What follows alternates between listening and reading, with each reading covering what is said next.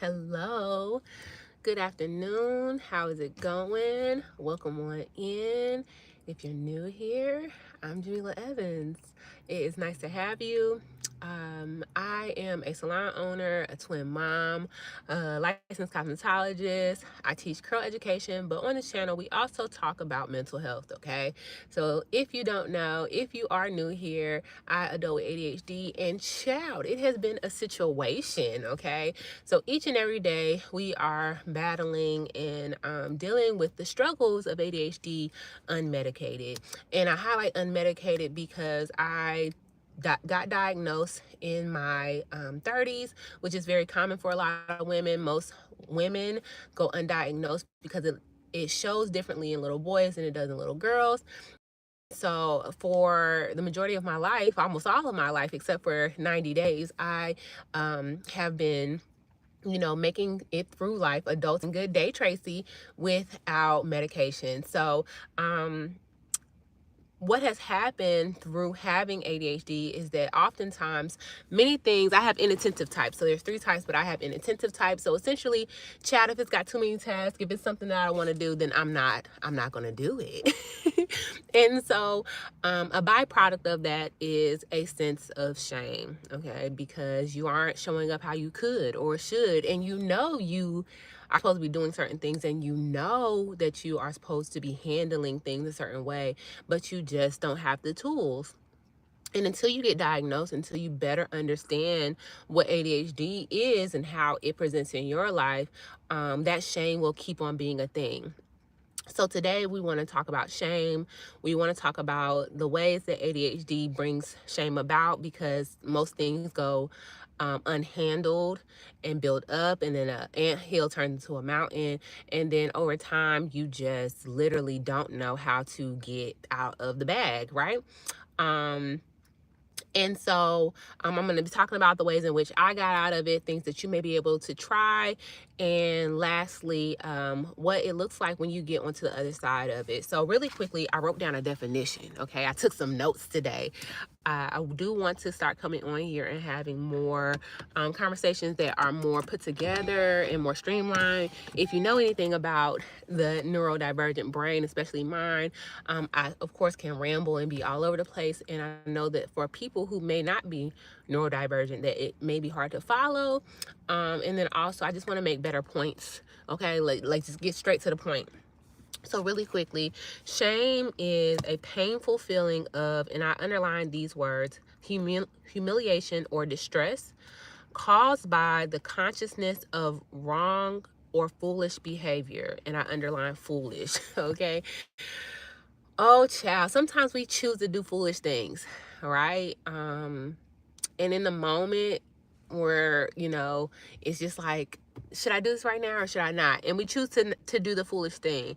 But on the back end of that, we might experience some humiliation or some distress about that choice. So for me, a foolish thing is to stay on social media half the day, right? A foolish thing is to scroll through your phone for half the day, to lose an hour to 2 hours out of your day when you know you got things to do. Okay. Now let's justify, or let's kind of bring some normality to the fact that a lot of Americans do this thing, right? A lot of people do this. And oftentimes for me, it was a sense of escapism, right? My kids is running around, they stressing me out. I got some things going on in my real life that, scrolling through social media or doing whatever on my phone is a distraction, of course, which is the solution in the issue, right? It's a distraction from our issues, but it also is it's a solution to get distracted from our issues, but it also is creating a problem. And so I think I have shared with you all many times that I have been on the internet, in these internet streets, since I was 13. I had a computer, a Gateway computer, if y'all remember that brand. I had AOL dial-up, if y'all remember that brand. I'm a 90s baby. I just made it into the 90s. I was born March of 1990. And if I had been born 3 months earlier, I would have been an 80s baby. But my grandmother raised me. So, hi, good morning. And so the good thing about that is that I kind of remember life before the internet, but it also is a huge part of my life. And so now here I am after 20 years of being on the internet, Facebook, Instagram, MySpace, Twitter, Snapchat, you name it, I've been on it. I got to a point where I was like, okay, is it serving me anymore? And it wasn't. But I was, of course, say it with me, I was addicted. Okay. Scrolling is addictive. It's kind of like going to the casino. All right. Just like you can have a drug addiction, you can have an alcohol addiction, you can have a gambling problem. You can also have a social media problem. And sometimes, like when you go to AA, the first step is awareness, right? So you have to be aware of the fact that it's an issue, and you have to admit it. And I actively admit, child, baby, me and social media was going together real bad. And so there was shame there, though. It was a foolish behavior. It was something that I shouldn't be doing all day, neglecting my responsibilities. Okay. And YouTube, child, did y'all know that there are 3 million users on YouTube? So all of the different platforms put together, all of the users on individual platforms, TikTok, Snapchat, Instagram, all of them combined still don't equate to the amount of people who are on YouTube. So, Tracy, you're not alone. Okay, so don't feel like that. But YouTube, there are good things on YouTube. There are good things on social media. It's all about the content that you consume and what you're doing with that content, right? But oftentimes we're just binging. And there's nothing wrong with that. But I do appreciate you, Tracy, for coming in and, joining into these lives. I do think that my lives and the things that I'm putting out, I'm trying to make sure that I put value out, and that I'm not just putting out meaningless content that doesn't add to someone's life. I watch more YouTube than TV. Okay, period. Same. Because I pay for YouTube. I pay $25 every month for no ads. All right. So I get it, Tracy. I'm right there with you. And so, to go back to the definition, a painful feeling of humiliation or distress caused by the consciousness of wrong or foolish behavior. So, like I mentioned to you all, I was literally not showing up because I was avoiding my responsibilities via losing hours a day being on my phone. And I began to have stress around that.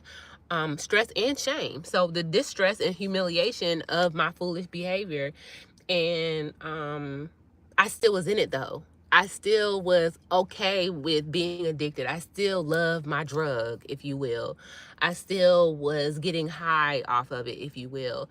And I just, as my kids are getting to be 3, I'm coming out of postpartum. Maybe a year ago or so, I'm starting to be able to handle the responsibilities and duties and motherhood, being a wife, salon ownership. I'm getting some balance, right? Good morning, you all, as y'all are coming in. And so that shame that I was experiencing, I figured, let's go ahead and just wipe that out. Quit feeling shame about it. If this is something that you are humiliated by, why not stop doing it? It's foolish. Why not stop doing it? And sometimes it's not as easy as just stopping it. So what do you do when you realize that you have an issue, that you have this shame here? You start with it. Sometimes you want to avoid it. Sometimes you want to push it to the side, but there's no way to get through it without going through it. And so 2 years ago, I started therapy. A year into that, I got diagnosed with ADHD. It made a lot of things make sense, right? I got a lot of, my whole entire life started to make sense. Why did I have the emotional back and forth, the moodiness that I was experiencing? Why couldn't I do tasks that I knew that were simple and easy? Why could I not just do them? Like, just do it, Jamila. Why was I easily agitated and irritated? Why were sounds, a lot of loud sounds making me be very cranky and not really, standoffish? And so knowing more about who I am and how my brain works, going to therapy to work through certain things, family drama, dysfunction in my family, and coming to terms with a lot of those things left me, it began to heal me. So if you go to my channel, you'll realize that my banner says One Healing Mama. And I pretty much have been healing my whole life, but didn't take it serious until my 20s. So in my early 20s, I began to meditate and journal, which are two huge tools that I give or tell people about all the time. My number one question to someone, if they're talking as a hairstylist, let me back up. As a hairstylist, I see hundreds of women throughout the year, and a lot of us have similar challenges, whether we are good morning, good morning, good morning. Whether it be something with our spouse or our partner, something with our children, something with our family, something with our job. We are all juggling and handling the same issues as women, right? Not only are we dealing with these outside stresses, we have all these different hormonal changes, all these different life changes. Like, child, it is a lot. Okay, having ovaries is a lot. Why couldn't we just be men, right? And so I get to hear these different stories and life journeys and experiences, and then I have my own, and they all overlap. And so I say that to say that my number one question that I ask women who are dealing with these things are, do you meditate? And most of them say no. Almost all of them say no. Every time I hear someone say, one moment, y'all, the Mustang just... Well, I think she might be driving off, but if not, then I'll roll this window up. So, because baby car is loud. Hold on. My little Honda said, crrr. My little Honda didn't do nothing in comparison to that. Hold on. Why is my back window not rolling up? There we go. Okay, that's all I can. That's the only muffling I can do. But we're gonna have to open up these windows in a second. But I do think she's gonna drive off.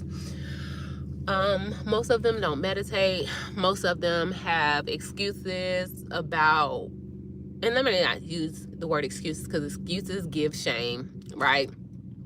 Most of them have attempted to meditate. They feel like they don't know how to, or, they just don't think it works for them.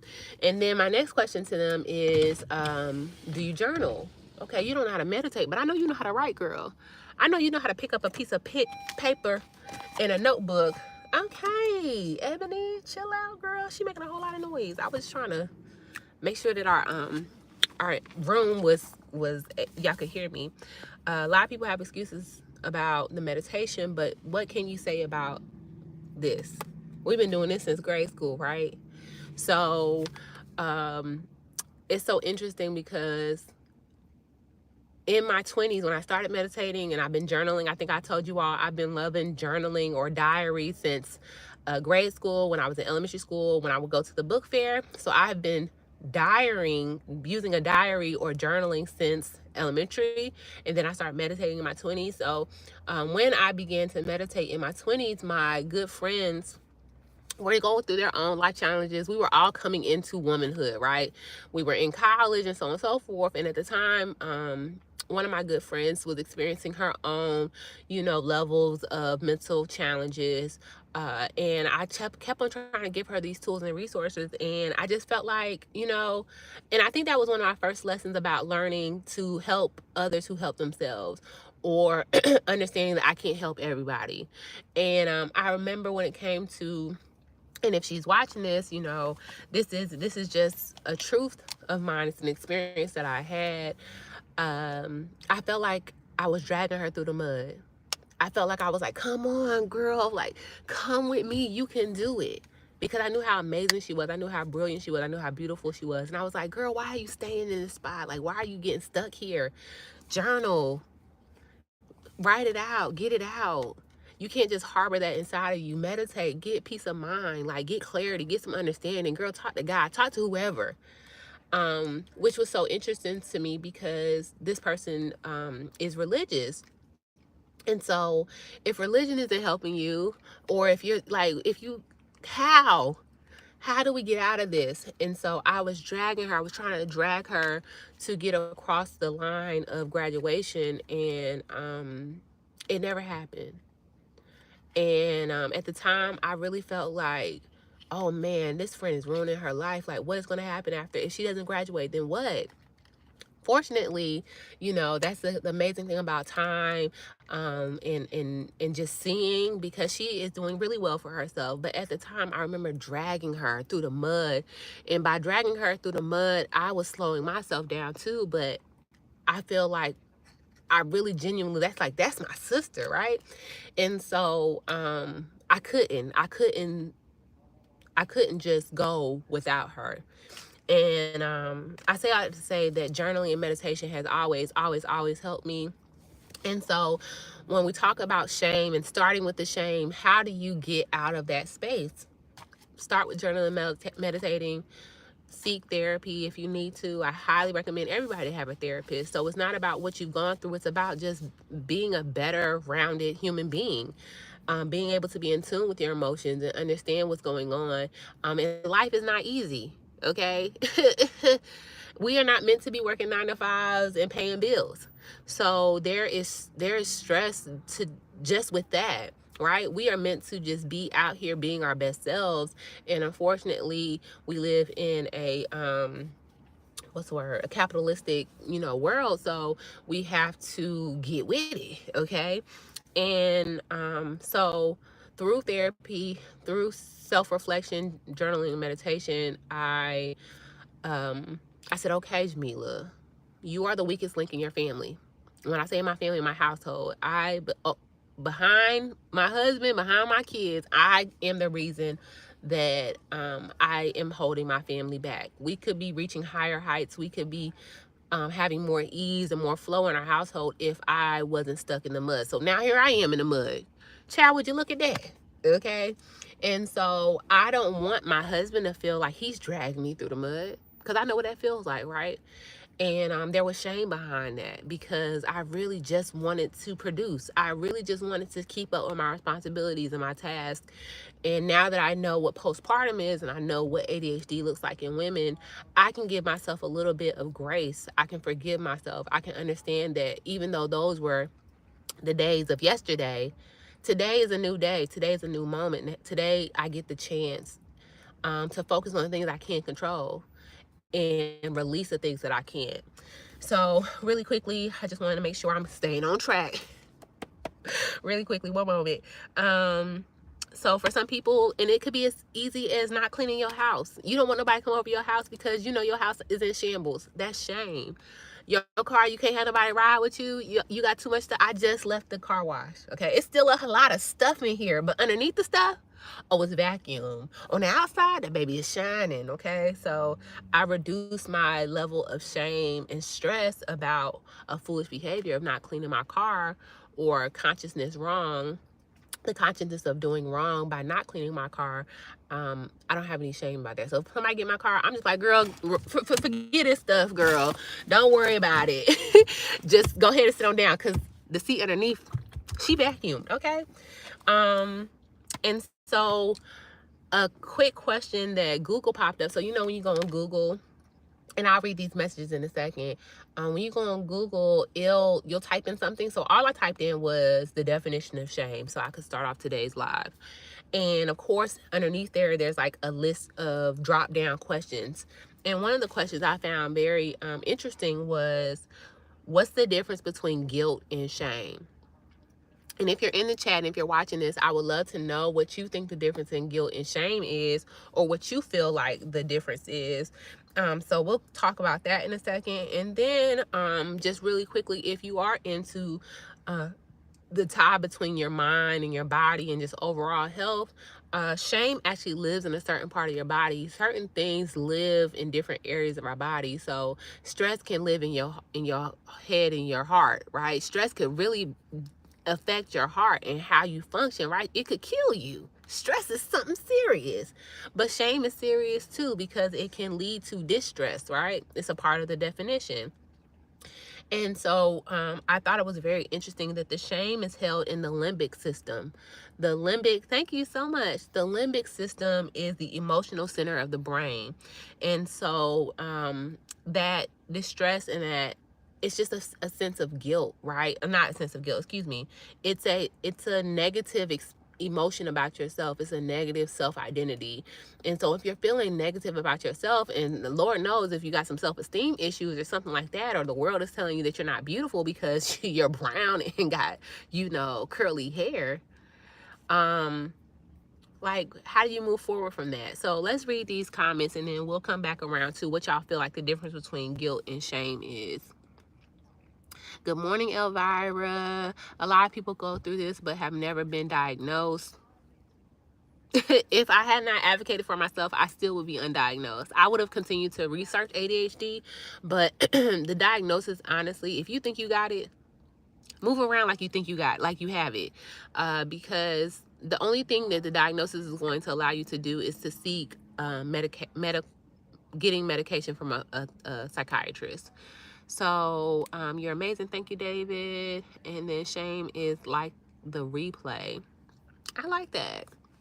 So essentially what they were saying, that guilt is, they're very similar, but guilt is kind of feeling bad about choosing something over the other, but the shame is that choice is starting to give you a negative self-evaluation. So shame is a little bit more intense than guilt. We all can feel guilt, we all can feel shame, but shame, if it festers, I feel like guilt turns into shame. That's how I took it. I didn't read too deep into it. I just read like the little blurb.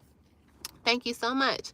And so yeah, I just wanted to come on and encourage you all today to start where the shame is.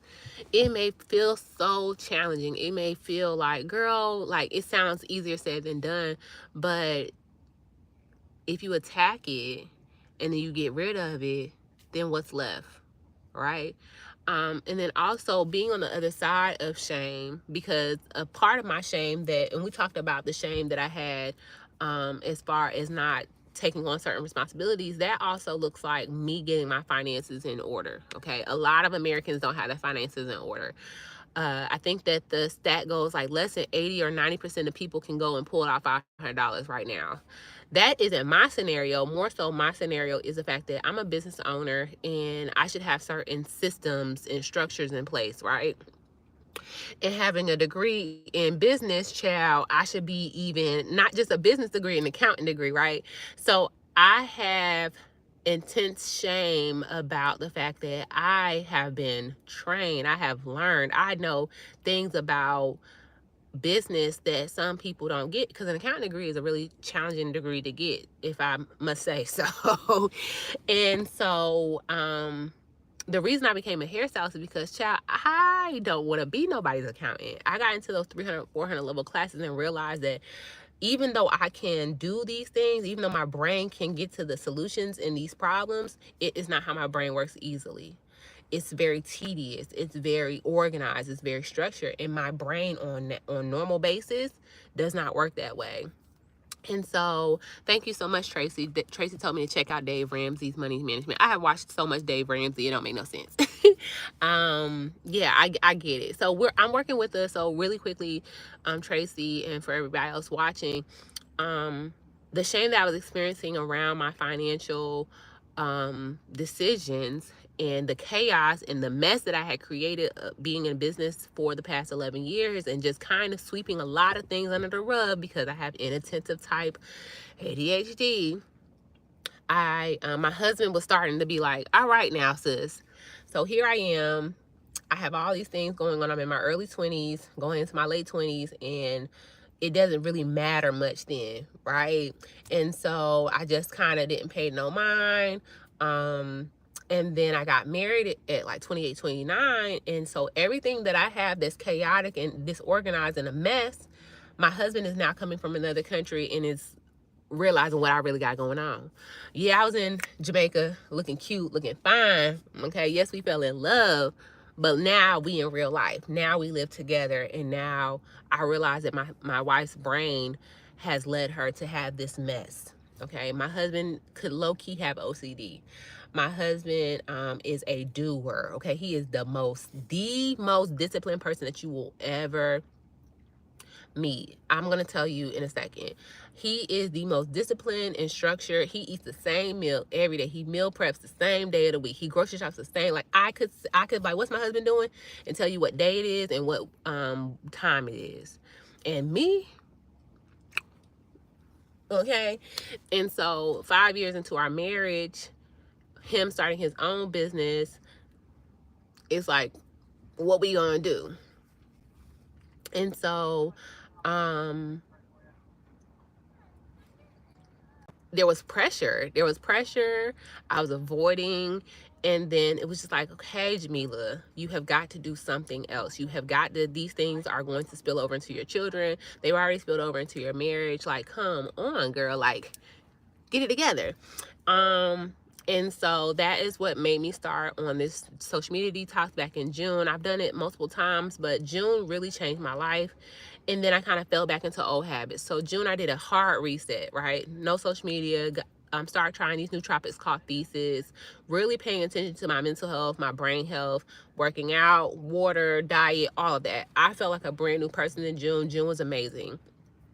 Come July, child slipped right back into them old habits. It was like, but I was comfortable there. Like, I didn't mind that. Like, it felt like home. It was cozy, right? But again, I started to be like, man, I miss that old version of me, the version of you who could do the things immediately, who wouldn't push things to the side, who would tackle these mountains versus letting them just continue to build up. And so I let July go on autopilot, kept on staying in my old habits until I decided that this month of October, you cannot afford, you cannot let this fester anymore. Thank you so much. If you don't do it now, you might as well just burn down the house. And I know that sounds extreme, but that's how I had to envision it. If you don't choose you today, if you don't choose your family, if you don't choose to be better, which I wear better shirts all the time. If you ever see me with those t-shirts, they say better across the front. I wear affirmations on myself all the time. I pour into people all the time, but when was I pouring into myself? I was doing the work, but I was only doing it half, okay? So the thing about being smart or having sometimes neurodivergent disorders, as they call them, or brains, is that sometimes things come easy to us, right? And sometimes we can show up half and it look just as good as someone who's giving their all. Well, what happens when you spend your whole life being able to show up half is that eventually you realize that you're not giving your all. And what giving my all looks like is not allowing myself to scroll, because that prevents me from having my brain function the best way. What giving half looks like is not working out, is not drinking my proper water. All the things that we know we should be doing, even showing up half, I would look like I'm put together, but I'm not really put together. And so I'm gonna leave that right there, and I'm gonna read these comments and we'll come back around. So really quickly, thank you so much for all the people who spoke to my beauty. I really appreciate that. I'm 30 and my ADHD is ruining my life.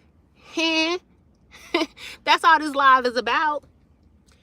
Feeling shame about ruining your life slowly. You're watching it happen. You're literally watching it happen. And if you was like me, you was distracted by social media, not even really caring about it, not taking it in fully, not realizing the mess that you're making of your life. And so when you say ruining your life, I know that all too well. So is ADHD about attention? It's a part of the word attention deficit hyperactivity disorder, okay? And before it was just ADD or ADHD. It was two components, but they have now put them together. So the hyperactivity part, the H in ADHD, for little boys mostly, or men, they are very hyperactive, like jittery, fidgety, all over the place. For women, I feel like that hyperactivity actually happens inside of our brain. Okay, so it looks completely different in men than women, but oftentimes, like, I have some videos where I time-lapse myself, and through watching my content back, I'm realizing that I do fidget. I do, pick at my skin around my nails. I do sometimes, like, bite my cheek or do different things with my lips or something, or I do bounce my leg, or, I do find myself. So I have one video in particular where I was in here in Starbucks and I was time-lapsing myself to show myself, working, and my foot is like doing this, right? So sometimes the hyperactivity is very subtle, especially because I'm borderline. So everyone is on the spectrum. somehow, some way, whether it be the autism spectrum, or, we live in a world that has shortened our attention span. So a lot of times the society we live in gives our lives ADHD like symptoms, if that makes sense. But essentially for me, what I learn more now about ADHD is it's the inability to control our dopamine levels. So we are looking for dopamine often, and it's really hard to get it internally. So we find different things to increase that. But for a component about my ADHD, or what I'm paying attention is that I pay attention to everything, right? I'm constantly looking at everything, so it's hard for me to put my attention on one thing, which is not really explained like that. So right now, I can hear that whatever small background noise that is, I hear that. I'm looking at all the signs in front of me. I'm looking at all the cars in front of me. I'm looking at all this stuff as I'm talking to you all. So you may realize that when I'm having the conversations on here, I don't look at the camera a lot. I'm ding ding ding ding ding ding ding ding, and that's a part of my ADHD. Even now when I think, I'll like kind of look up and think. So it all depends, but it is attention related, and it looks different for each person. Sarah says, wow, I'm not like that at all. I think you were talking about how I was talking about my husband and how he's a doer and does it immediately and so consistent and crazy. Have you gotten depressed from the ADHD? I have been down, super sad, but I don't think that was my ADHD. I do feel at times, and ADHD has a component of self-esteem. It eats away at your self-esteem because you begin to not trust yourself to get things done, and you begin to feel bad about it. So I always talk about how self-esteem, we think about self-esteem as how we feel about how we look on the outside, but it also is about our feelings towards how we get things done, or how we show up in this world. So you start to have negative self-esteem about that. And that can, of course, lead to depression. But my depression for me was more so, or my deep sadness, however you want to see it, because I don't feel like I feel like Black women don't get the chance to be depressed. It's hard to say. Like, I had to keep on going. Depression looks different in strong Black women. And, we have to use the word strong lightly. We have to keep going. You don't get a chance to be the classic depressed, laying in your bed, not getting things done. And even though I wasn't getting things done at a high rate, I still had to get up and take care of my kids. So, it all depends. You would really literally have to talk through this with a therapist. This conversation is just to bring awareness and shine light on these spaces so that you can go deep in internal and to get your own understanding and your own pathway out of your own way. So through sharing with you all my trials and tribulations, I hope that you will better understand your own, for you not to feel alone, for you to feel like you have a safe space and a community to turn to, and so that you understand that even through all of this, I feel highly successful. I could be more successful, but I did not crumble and fall. I did not allow myself, when I stumbled, to say, don't get back up. You know what I mean? And you can do the same, of course. Elvira says, you're doing great, Jamila. Thank you so much. Truth said, glorious rising. Thank you. Sarah said, same. Yep. I'm a recovering alcoholic. I lost my job. Used to abuse my kids and beat up my mama. Uncle Ed, that's heavy. That's a lot. I hope that you have decided to, assess those things, and that you are mending the relationships with them. And then more than anything, Uncle Ed, I hope that you forgive yourself, because shame lives in that space too, guilt and shame. And it's not to say that those things didn't happen, or that those people may not forgive you, but you have to forgive yourself to be able to continue to live your own life, and to at least be able to, if the largest possibility was for you to be a completely different person, that won't happen unless you forgive yourself. So you just never know what's on the other side of healing. You just never know. You could not even believe sometimes when people become healed and people decide to live a different life. Sometimes they look back at their old self and they be like, that was me. And that's how I want to feel. who I was in June and who I have decided to be again in October, I want that to be who I am forever. I want to look back on my 20s and my early 30s when I'm 40, 45. When I get to the end of my life, I want to be like, child, you turned the tables, and I can't believe that I used to just let things just pile up like that. How could I do that? So, again, I say that, Uncle Ed, thank you for sharing that. And I hope that your kids and your mother, I hope that they can forgive you. And even if they don't, I hope that you find peace in the fact that that's their prerogative, if that makes sense. Elvira, I'm not sure what you said very true to, but thank you so much for touching and agreeing. Yeah, I've been trying to do the same. Girl, just keep on trying. And if what you're doing isn't working for you, then you may want to either ask for help or try a whole nother different way of going about it. What do you mean start with the shame? DZ, you ain't been listening? You're going to have to go back and watch. Chat on and said a whole lot. It's been 35 minutes. But essentially what I'm saying is don't start nowhere else, okay? Don't avoid dealing with your shame. Start with the shame. Start right where you feel the most, hold on, here go the definition. Start where you feel the most humiliation, where you feel the most distress about the things that you're doing that may be wrong or foolish. Start there. I know you just got in here. That's why I just gave you a quick little synopsis. It's all right. Yes, don't pass go. Don't collect $200. Start with the shame, okay? I'm a person, okay? I don't think that is really important. Is it important to you? Are you going to listen less or listen more if I say that I am or I'm not? But yeah, so I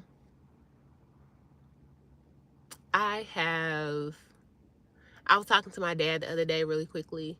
A lot of times I share with you all my relationship with my parents. My dad, I'm 34, and my dad told me the other day when he added it up, he had been incarcerated. When he added up the numbers over his life, he's in his 50s. He's been incarcerated 24 years. Okay.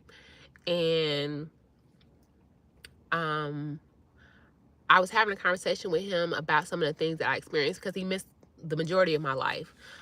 There are 6 of us, and I was the one child that didn't get to really be around him because I was the only child. So my mom was in the military, so my family protected me and kept me away from my dad until I turned 18. So at 18, I started to have a relationship with him. Well, even in that time after I started having a relationship with him, began to get to know him, he still was in and out of jail.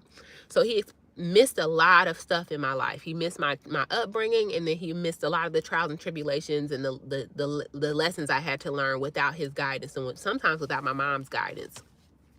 And so now as we are like rekindling, he's probably doing the best that he's ever done in his life, which is hard for him. It's hard for him to do good because he knows doing bad, which is kind of also what this conversation is about. He has a lot of shame. He has a lot of guilt. He has a lot of negative emotions about the decisions that he has made. He has a lot of regret. And so I had to preface what I was telling him about my life, the different scenarios I had with these crazy men, child Jesus. But I chose these men. There's accountability in these things, but I was telling him about these different things that I had experienced in my 20s, and I had to tell him before I told him that. I said, do not listen to these stories and be like, oh, if I was there, it would have been different, because that wasn't the case, and you can't think like that. And also, while I was going through these things, I never was like, oh, my dad could have saved me, or I wish I could have called my dad. I never had that yearning or that desire because you just weren't there. So it wasn't like I was missing something. I was, but I never identified with that missing. I felt very blessed. I never was like, where's my dad while I was having these crazy scenarios with these guys or whatever. And so, yeah, you gotta just understand that they're lessons, right? And move along and be willing to do better. So I say all that to say that. One moment. Even having a cheat sheet for a word makes you a better communicator. Okay, absolutely. I believe so. Period. Cheat sheet. And that was a part of it. I think that I have mentioned to y'all that being that y'all know I got ADHD, sometimes it makes me feel like I'm not a good communicator because I am all over the place. I know where I'm headed, but the part about being a good communicator is to make sure that the person who is listening to me understands where I'm headed. And I am also working on becoming a better speaker, not saying slowing down. I have racing thoughts, so sometimes I feel like I'm talking slow. Like right now, I feel like I'm talking slow. I really feel like it's hurting my spirit to talk this slow, but to you all, it might feel like I'm talking normal. So right now, I literally am drawing it out, but the whole time I have been trying to be mindful. So this is my normal space, my speed right here. But thank you for saying that. Elvira laughed at me. Child, I just be saying so many things. I can't even tell you what she was laughing at. Do you think it's way harder to have kids with having ADHD? Ooh, Sarah. That's a good question. I have been, I always say it like it is, right? And sometimes saying it like it is kind of too direct or too blunt. And I think that also sometimes ADHD and autism overlap. I've never been tested for autism, but I do feel socially awkward a lot of times. I do feel like I read social cues a little bit, so I might just be high functioning. That's neither here nor there. But I say things that people be like, what? Like, I can't believe she said that, but it's the truth. Why can't, if it's the truth or if it's how I feel or if it's like, if you think that it's the truth too, why are you mad that I said it how I said it? Right? My friend always like, Jamila, you ain't have to say it like that. So when it comes, the question was, do I feel like having ADHD makes do you think it's way harder to have kids with your having ADHD? Yes. And honestly, just to be completely transparent, sometimes I ponder, sometimes I go back and forth with, if I had known how intense my ADHD shows up in my life, would I have chosen? Because it's really, really hard. It's the most challenging thing that I've ever done. Being a mom in general, but being a mom who has ADHD, sometimes I'm like, I don't know that I was equipped, that I will ever be equipped, but I just try my very, very best. Okay. Hope that answers your question. Jared says, OMG. Yes, my other siblings were in touch with him. My dad was in my other siblings' life, so it's, and this might be too much information. I know Elvira spoke about the other day, like, this is the internet, but child, my dad has 6 children. My mom just had me, and then my brothers have the same mom. 2 brothers have the same mom, and then the last 3 children have the same mom. So my dad was in both of those sets. And when I say sets, those groups of children, he was in both of their lives. Down to the last 3, he was married to their mom. So so when I say that my family protected me from a lot of that, I don't know that it was more beneficial that he was in their life or not, to be honest. So that's to answer that question. I love how patient you are with your parents. You gotta be. I treat my parents like children. They don't know it, but I do. I don't know. I have mama energy. I'm a big sister, so I don't know. And then I actually had to work on that because some people aren't, again, understanding who can receive your help or helping others who only help themselves. Like, I really can't help treating a lot of people delicately like children, not handling them like they children, but to just like be understanding of the fact that the same things that I'm learning about myself, their parents may have not taught them. So my grandparents did not serve my parents, in my opinion, well. And in the ways that they didn't serve them well, they could not serve me.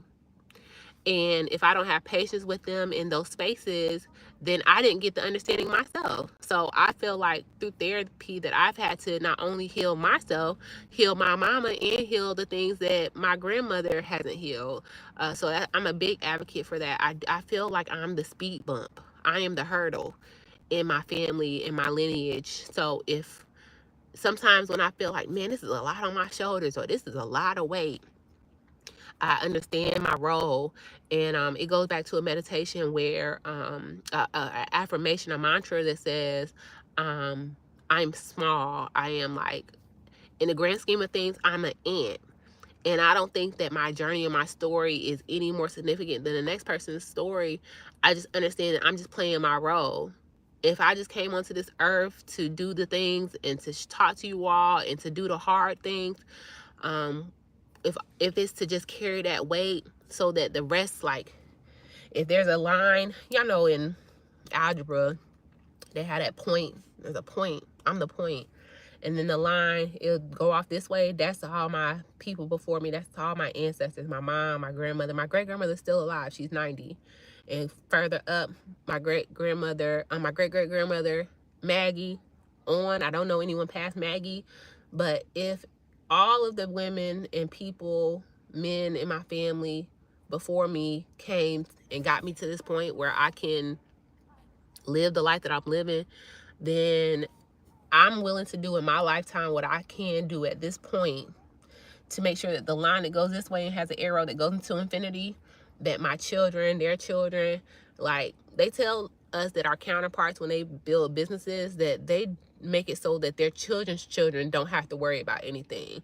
And so that's my goal. Even if I can't do it financially, I definitely want to make sure that I do it psychologically.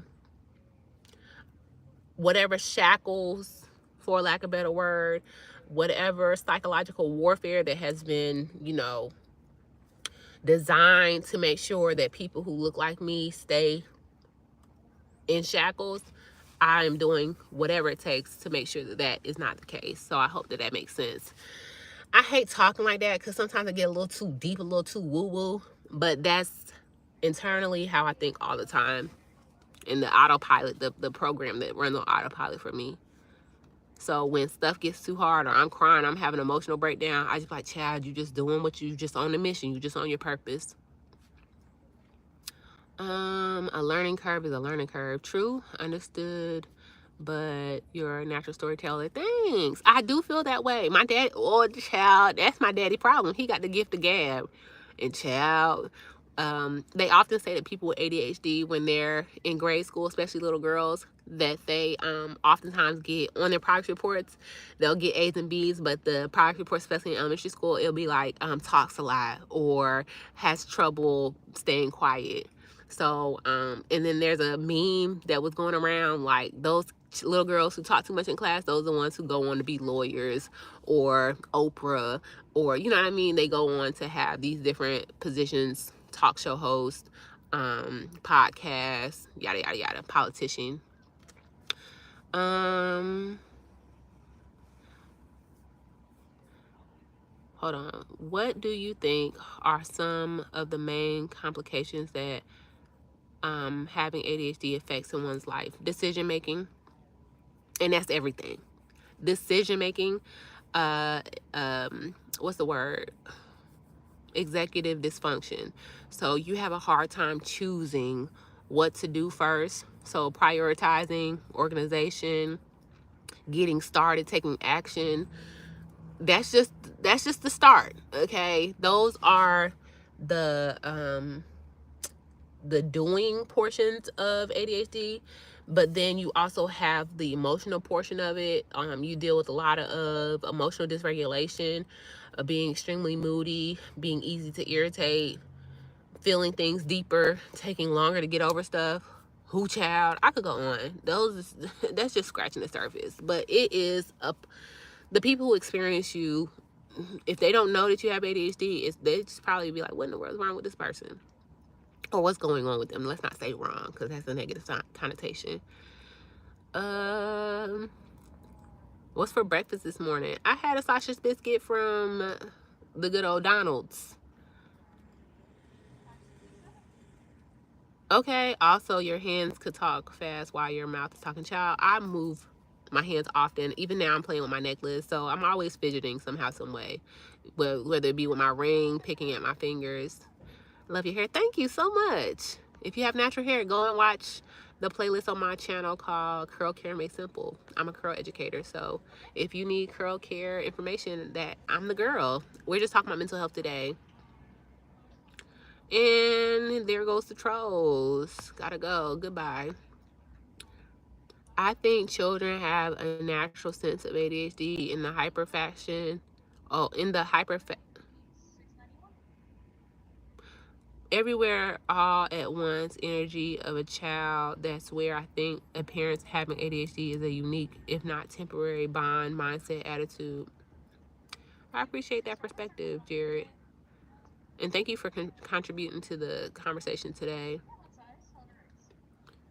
I have ADHD and I can agree because I'm doing what you're saying. That's what's up. High five. Virtual high five. Multitasking, child. Multitasking is a myth. Nothing, you're never doing two things at one time. You're pausing one thing to do the next thing. You could think you're doing two things at one time. My daughter needs that. She's mixed, so please tell me what hair products will help her. Yeah, so the videos, any video where it has something natural hair salon curl, there's literally a whole playlist of those videos put together. I talk about, and when I say I talk about, I'm not just talking a little bit about it. I'm going into depth. I'm teaching. You literally could get like hundreds of dollars worth of value in watching one of my natural hair videos. And when I say that, that's how much my services cost. So I am literally giving you all my virtual services online that I do in salon that have been taken care of. I've built a business pertaining to curl care for the past 11 years. So please watch the video. It helps me and it will help you as well. I could easily tell you the products that I use, but that would do you no good if you don't watch the education that comes with it. So just like when I get products from a company, I need product knowledge as well. I cannot use a product. Someone can say, hey, this is some cough medicine. This product is da da da da. It does this. Okay, it does this, but how do it do it? And how do I use it?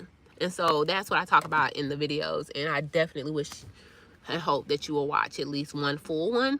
And from there, you will be able to tell whether or not you want to watch some more. But the Curl Care Made Simple playlist, if you go to my channel right now, I believe it right here, it should have a picture of me. Click that. Across the top, it'll say video, shorts, lives, playlist. Hit playlist.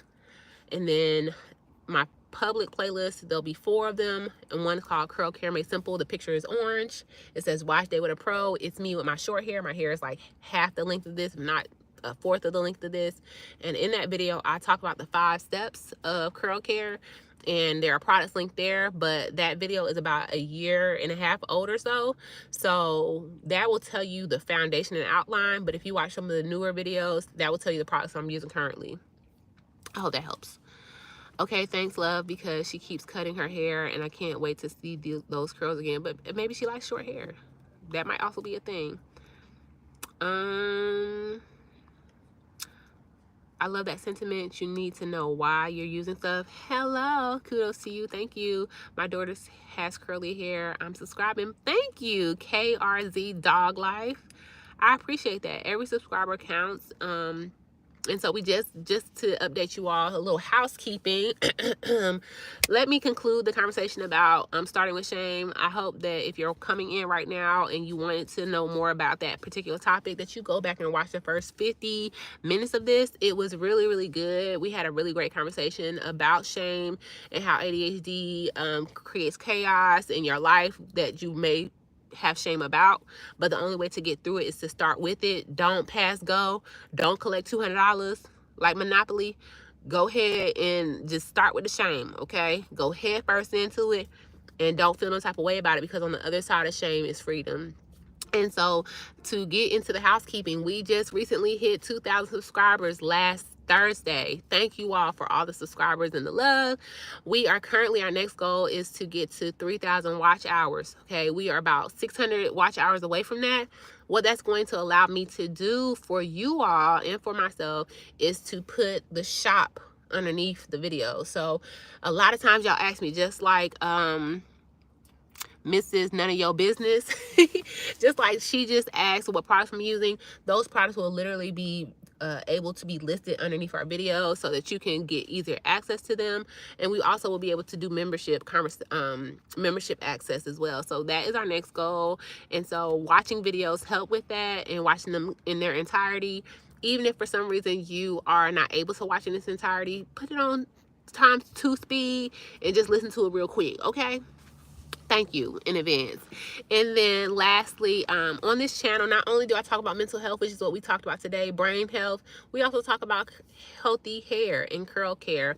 I'm a licensed cosmetologist for the past 11 years, but I have been doing my own hair since I was like 11, 12 in the 6th grade. I got my first relaxer then. A lot of you all can identify with getting your first relaxer, using pink oil moisturizer, using Blue Magic, all of those things. And then I big chopped back in 09, in between my freshman and my sophomore year of college. And at the time it wasn't a big thing. So I had been natural since 09, and I did not pick natural hair as far as being in this industry as an educator. What happened was is that people saw that I wore my natural hair and was like, oh yeah, you do natural hair. And I was like, I guess. And I'm so grateful to have been chosen. And I say it like that because I really do feel like God directed me this way. And I've been able to help hundreds, over 1,000, at this point probably going close to 2,000 women into their journey of natural hair. And not only into the journey, but helping them through the journey so that they better understand what their hair needs, and so that they aren't getting sold to. And when I say sold to, when you go into Walmart, Target, Sally's, there is this huge wall of natural hair products, and Chad, you only need 5. Okay, you don't need all them products. And so I make natural hair simple, essentially, for the people who are here for the natural hair. We have been, we have heavily been on YouTube this year. I have had a YouTube channel for some time, but this year we have poured directly into it, and it has paid off. 2,000 subscribers, almost 3,000 watch hours, and tons of views, hundreds, tens of thousands of views. I'm very, very grateful, and I hope to continue to be able to do this. And by being monetized, that will make it where this could be a full-time thing at some point in time, which is the goal. Okay. I just feel like there aren't enough women who look like me in this space talking about the things that I talk about. So I would love for you all to come along the journey, and the conversations will only get deeper, more powerful, more impactful. And I hope that we all can heal together, essentially. Hair, mind, body, spirit, all of those things. Generational, yada, yada, yada. One moment.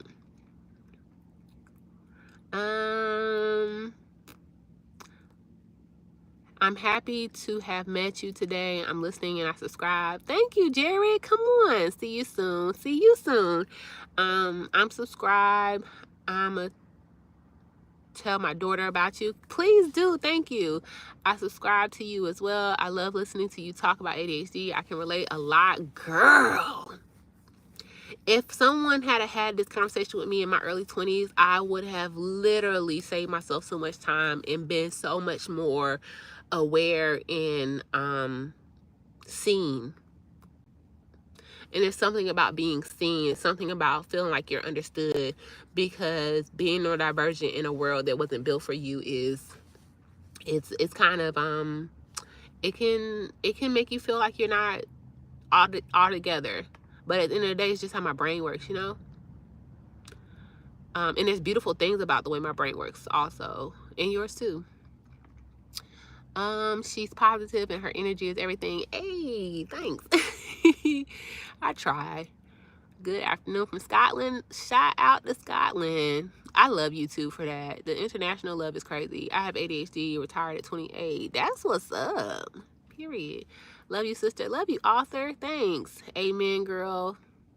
Love you, sis. Have a great day. Thanks, guys. Well, we are literally right there at 59.9. We have been on here for right at an hour. It has been amazing. I'm glad that I came on here with some notes, okay, so that we could have a constructive and put together conversation.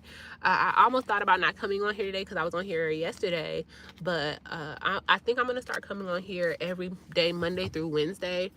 And yeah, just chit-chatting with you all. So I'm thankful so much for each and every person who came through the live, who put a comment in the chat, who shared a little bit about themselves. I think this is the most people who have come on here saying that they have ADHD, but also I know I put ADHD in the title.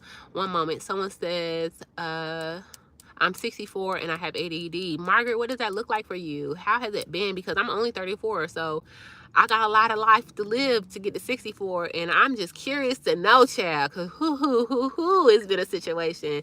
Have a blessed day. Thank you so much. Same to you. I'm glad I stumbled into this space. Yes, that's what it is. And I hope that everyone feels that way. I hope the people who find my videos, because, child, people, I'm going to finish reading this comment in a second, Dog Love. The trolls that pop into my channel, I feel like y'all in this car with me, right? The trolls who come on here, they be like, what's she yapping about? First and foremost, this ain't for you. This is for people like KRZ Dog Love. This is for people like Mrs. None of Your Business. This is for people like, what was her name? Sarah. This is for people like that. For connections like we made today with Jared. For someone saying thanks called Basketball Girly 202. Right? I want to make real connections with people around the world, wherever you may be, who somehow, some way resonate with what I'm talking about, particularly around curl care and mental health, specifically having ADHD. You also said, there are so many people going through the same thing. Exactly my reasoning. And it helps to have kind people like yourself to have chats with. You gonna make me cry, girl. I be sensitive ever since I had them kids, girl. The tears come easy. It's sad. In the 60s, no one knew about ADHD. You are right. You're right. And in our community, I want to say we're like 40 to 50 years behind. If you're Miss Margaret, if you are a brown-skinned woman, mental health is just now being highlighted. And I want to take a moment to thank Iyanla and Oprah, however you may feel about either one of those people, because Iyanla, child, when I used to watch Iyanla Fix My Life, I was in there boo-hooing, baby. And without women like Oprah to have conversations on her channel, on her TV show, Turn Channel, I don't know where Black women, and myself in particular, I grew up watching Oprah. I grew up watching Iyanla in my early 20s. So Oprah was like the what's the word I'm looking for? Precursor, if you will, to Iyanla. And then I began to do my own self-work and journey and journaling and meditation and yada yada yada. Indiana, that's what's up. Boop boop. Shout out to Indiana. Hi, gorgeous. Thank you. Amen. I can't be your Black queen. You know why? Because I'm somebody else's Black queen already. Thanks. Ow. And on that note, I'm going to let y'all go. Okay? This has been fun. This is what I literally feel like I was born for this. I love talking to you all. I love coming on here. And more than anything, the connections that we made today, like, I'm going to be on a high all day. And that high, that dopamine kick, it helps me do other things in my day, like adulting. All right, y'all. I'll see y'all soon. Until next time. Bye, y'all.